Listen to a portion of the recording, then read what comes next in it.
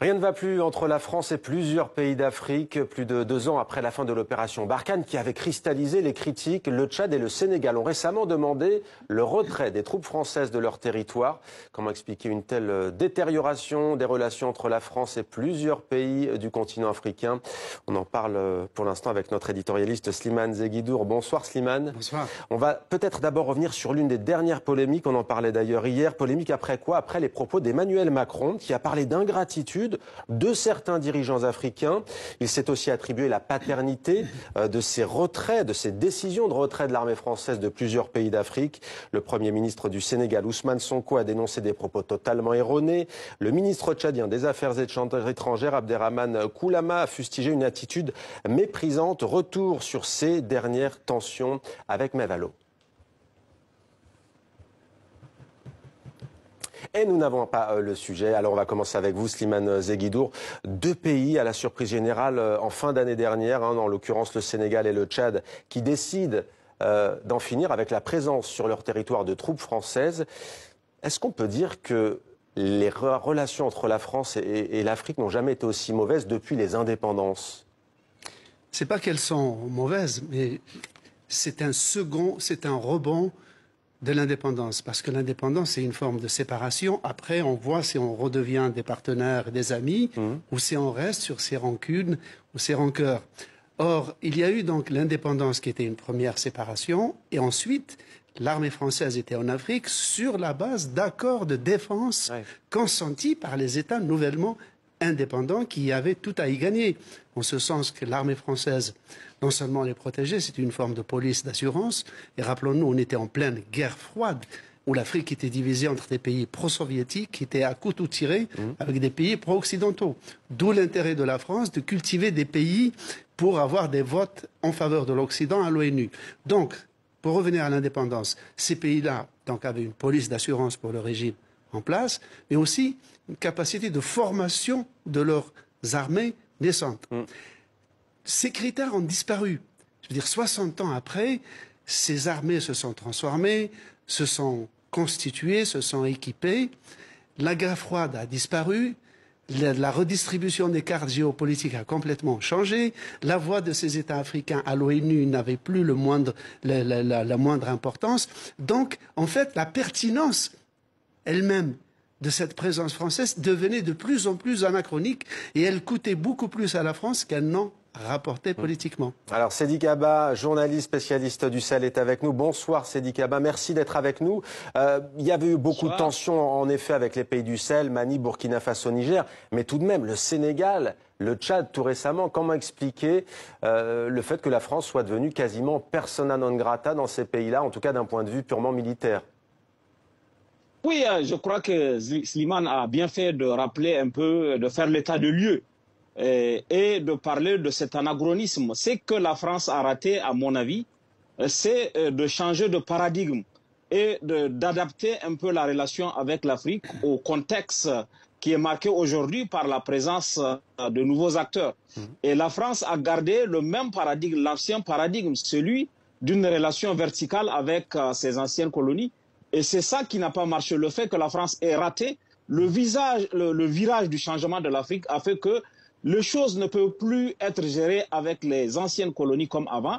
Et elle se retrouvait dans cette situation avec aujourd'hui les propos que le président Macron a tenus et qui ont suscité l'indignation. Alors justement, à propos des propos d'Emmanuel Macron, Sédi Kaba, lorsqu'il est arrivé au début de son premier mandat, il a gagné, rappelons-le, en 2017, il avait déclaré, d'ailleurs dans un discours à Ouagadougou à l'université, que lui n'était pas né au moment où il y avait la colonisation, en tous les cas que les pays avaient déjà pris leur indépendance, les ex-colonies. Quelles ont été les erreurs, les écueils du président français? Est-ce que c'est une question de ton et de forme, comme on l'a encore vu hier, avec ces mots utilisés? On va le voir aussi dans un instant avec Slimane concernant la relation avec l'Algérie, ou est-ce que c'est sur le fond? Est-ce qu'il n'a pas saisi ce vent de changement avec l'arrivée aussi peut-être de jeunes dirigeants dans ces pays? Non, il y a les deux. Il y a d'abord la forme. Il y a d'abord la forme, puisque les propos du président Macron hier étaient du registre un peu non diplomatique. Il a parlé d'ingratitude, il a parlé des gens qui ne savent pas remercier, il a parlé il a tenu, et sur le fond aussi, puisque ce que le président Macron a dit ne correspond pas à la réalité factuelle. Quand le président Macron dit que les pays du Sahel n'ont pas fait preuve de reconnaissance, c'est totalement inexact. Nous avons tous en mémoire cette formule célèbre de Hollande où il a dit à Tombouctou que c'était le plus grand jour de sa vie politique parce qu'il a reçu un accueil à la hauteur de l'engagement que la France a eu. Je crois que, il y a même des bébés, des bébés qui ont été prénommés au Mali Hollande pour ces raisons-là. Oui, Hollande et aussi Damien Boutet. Damien Boutet étant le premier soldat français qui était décédé au Mali. Donc on ne peut pas parler d'absence de reconnaissance. Je crois que Macron aussi n'a pas intégré le fait que l'Afrique a changé. Il n'a pas intégré que l'Afrique a de nouveaux dirigeants et surtout une opinion publique qui n'existe pas. Je vais donner cette anecdote pour illustrer. Lorsque... petite coupure avec Seydi Kaba qu'on retrouvera peut-être. Allez-y. Oui, lorsque le président Macron avait dit je réunis mes homologues du G5 Sahel sans les avoir avertis, c'était les opinions publiques qui ont dit que vous n'allez pas à cette convocation. Donc, il y a aujourd'hui en Afrique une opinion publique qui n'accepte pas que ces dirigeants soient traités comme des sous-préfets, comme cela a pu se faire par le passé. Restez avec nous, Seydi Kaba. On va regarder cette carte à présent que l'on voit à l'image. Slimane, c'est ce qu'on appelle clairement la théorie des dominos. Ça avait commencé par des pays du Sahel où il y avait effectivement des tensions, notamment le Burkina Faso, le Mali, le Niger également, pour citer seulement ces pays. Mais plus récemment, des pays où ça valait plutôt bien. La Côte d'Ivoire, encore une fois, le Sénégal. Il va rester quoi en fait? Il va rester le Gabon et Djibouti avec 1500 militaires? Oui. Oui, toutes ces bases. La carte que nous avons, c'est l'état des lieux en décembre dernier, le mois dernier. Mais depuis, les choses se sont précipitées, effectivement. La France va laisser dans tous ces pays probablement des conseillers, probablement du matériel, mais des bases opérationnelles, ce sera le Gabon, mais et encore plus important, c'est Djibouti, parce que Djibouti commande l'entrée dans la mer Rouge, par où transite 40% du pétrole mondial. Il y a les Houthis dans le Yémen en face, frontalement.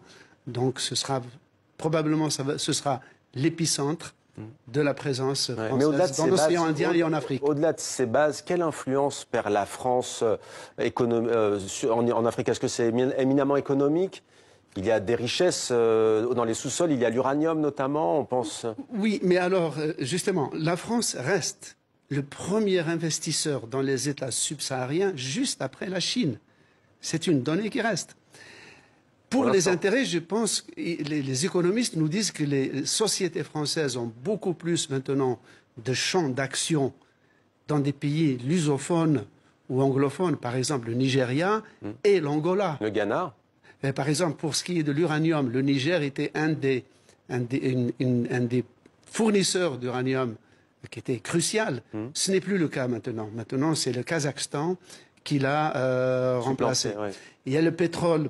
Mais le pétrole est moins présent pour les intérêts français. Non, l'importance, il y a deux choses dans la présence française en Afrique. D'abord, il y a le complexe de la tache jaune, la tache rose.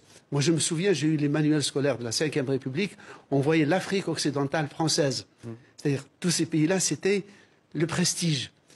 Et il y a, la deuxième raison, c'est du point de vue géopolitique.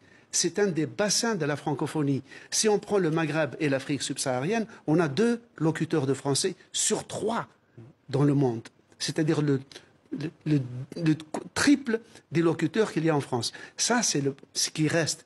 Plus sont issus de cette tache rose, une grande diaspora en France, plus des milliers de binationaux. Tout cela fait que, même si la France se désinvestit militairement et politiquement, parfois, avant même qu'elle ne se désinvestisse, il y a déjà de nouveaux arrivants. Il y a les Marocains, les Israéliens, les Iraniens, les Indiens, les Russes, les Chinois. L'Afrique n'est plus aussi divisée qu'elle l'était pendant la guerre froide. Alors justement, à ce propos, Seydi Kaba, à qui profite cette perte d'influence? Tous les regards se tournent évidemment vers la Russie et la Chine. Oui, on peut parler, compte tenu du contexte aujourd'hui d'insécurité qu'il y a, la Russie a une offre qui prospère. Mais il n'y a pas que la Russie. On connaît la diplomatie de drones que la Turquie a, puisque tout le monde achète des drones turcs en pensant que c'est performant. Il y a aussi la Chine qui a un poids économique important. Pour parler du Niger dont vous venez de parler, la Chine est le pays qui exploite le pétrole au Niger. Donc il y a aujourd'hui une diversification. Et à mon avis, ce n'est pas l'éviction de la France au profit des autres. la France, comme il a été si bien dit, a un avantage comparatif, la communauté de langue.